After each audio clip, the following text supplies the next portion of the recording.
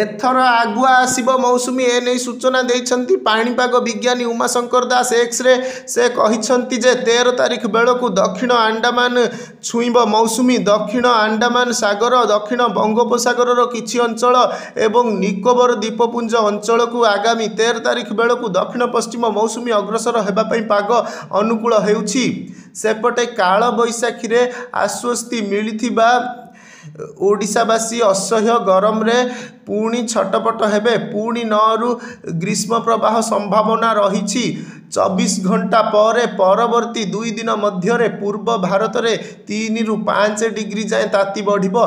तेबे 8 तारिख रु पूर्व भारत एवं 9 रु ओडिशार किछि जिल्ला रे ग्रीष्म प्रवाह संभावना रही।